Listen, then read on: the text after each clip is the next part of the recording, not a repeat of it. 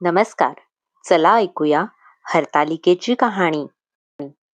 एके दिवशी शंकर पार्वती कैलास पर्वतावर बसले होते.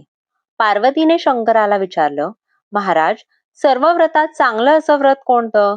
श्रम थोडे आणि फळ पुष्कळ असं एखादं व्रत असेल तर मला सांगा. मी कोणत्या पुण्याईनं आपल्या पदरी पडले हेही मला सांगा. तेव्हा शंकर म्हणाले, जसा नक्षत्रात चंद्रश्रेष्ठ, ग्रहांमध्ये सूर्यश्रेष्ठ, 4 वर्णात ब्राह्मण श्रेष्ठ, देवांमध्ये विष्णू श्रेष्ठ, नद्यांमध्ये गंगा श्रेष्ठ, त्याप्रमाणे हरितालिका हे व्रत सर्वात श्रेष्ठ आहे, ते तुला सांगतो. तेच तू पूर्वजन्मी हिमालय पर्वतावर केलंस आणि त्याच पुण्यानं तू मला प्राप्त झालीस. ते व्रत ऐक. हे व्रत भाद्रपद महिन्यातील पहिल्या तृतीयेला करावं. ते पूर्वी तू कसं केलंस ते मी तुला आता सांगतो. तू लहानपणी मी तुला प्राप्त व्हावं म्हणून मोठं तप केलंस. 64 वर्ष तर झाडाची पिकली पानं खाऊन होतीस. थंडी, पाऊस, ऊन ही तिन्ही दुःख सहन केलीस. तुझे हे श्रम पाहून तुझ्या बापाला फार दुःख झालं आणि अशी कन्या कोणाला द्यावी अशी त्याला चिंता पडली. इतक्यात तिथे नारद मुनी आले. हिमालयानं त्याची पूजा केली आणि येण्याचे कारण विचारले. तेव्हा नारद म्हणाले, तुझी कन्या उपवर झाली आहे. ती विष्णूंना द्यावी. तो तिचा योग्य नवरा आहे.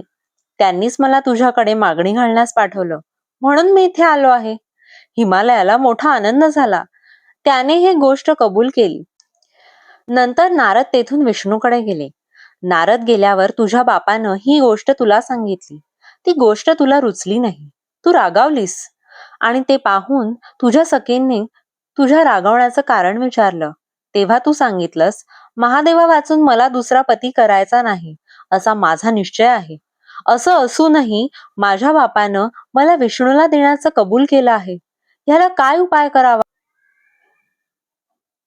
मग तुला तुझ्या सखीनं एका घोर अरण्यात नेलं. तिथं गेल्यावर तुला एक नदी दृष्टीस पडली. जवळच एक गुहा आढळली. त्या गुहेत जाऊन तू उपवास केलास. तिथं माझं लिंग पार्वतीसह स्थापन केलंस. त्याची पूजा केलीस. तो दिवस भाद्रपद शुद्ध तृतीयेचा होता. तू रात्री जागरण केलंस. त्या पुण्यानं इथलं माझं आसन हल्लं. नंतर मी तिथे आलो, तुला दर्शन दिलं आणि वर मागण्यास सांगितलं. तू म्हणाली, तुम्ही माझे पती व्हावं याशिवाय दुसरी काहीच इच्छा नाही. नंतर ती गोष्ट मी मान्य केली आणि मी गुप्त झालो. पुढे दुसऱ्या दिवशी ती व्रतपूजा तू विसर्जन केलीस. मैत्रिणीसह त्याचं पारण केलंस. इतक्यात तुझा बाप तिथे आला. त्यानं तुला इकडे पळून येण्याचं कारण विचारलं. मग तू सर्व हकीकत सांगितलीस. पुढं त्यानं तुला मलाच देण्याचं वचन दिलं. तुला घरी घेऊन गेला.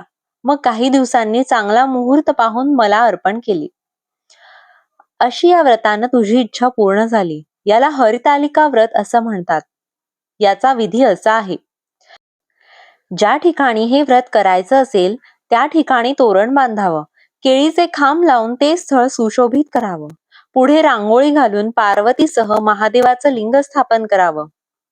षोडोपचारांनी त्याची पूजा करावी. मनोभावे त्याची प्रार्थना करावी. नंतर ही कहाणी करावी व रात्री जागरण करावं. या व्रतानं प्राणी पापापासून मुक्त होतो. या व्रताने 7 जन्माचं पातक नाहीसं होतं. कहाणी ऐकल्यावर सुवासिनींना यथाशक्ती वाण द्यावं. दुसरे दिवशी उत्तरपूजा करावी आणि व्रताचे विसर्जन करावं. ही 60 उत्तरांची कहाणी 5 उत्तरी, देवाब्राह्मणांचे द्वारी, गायीच्या गोठी, पिंपळाचे पारी, सुफळ संपूर्ण. या व्रताचा उद्देश खूप महत्वाचा आहे. सुवासिनींसाठी अखंड सौभाग्य आणि पतीचं दीर्घायुष्य, तर अविवाहित मुलींना इच्छित वर मिळावा म्हणून, आणि सर्वात महत्वाचं म्हणजे पती पत्नींच्या नातात अजून गोडवा यावा यासाठी. म्हणूनच हरितालिका हे फक्त एक व्रत नाही, तर हा एक प्रेमाचा, श्रद्धेचा आणि समर्पणाचा उत्सव आहे. जर तुम्हाला ही गोष्ट आवडली असेल तर लाईक, शेअर आणि सबस्क्राईब करायला विसरू नका आणि कमेंटमध्ये नक्की सांगा की तुम्ही हे व्रत करता का. जय पार्वती माता, जय भोलेनाथ.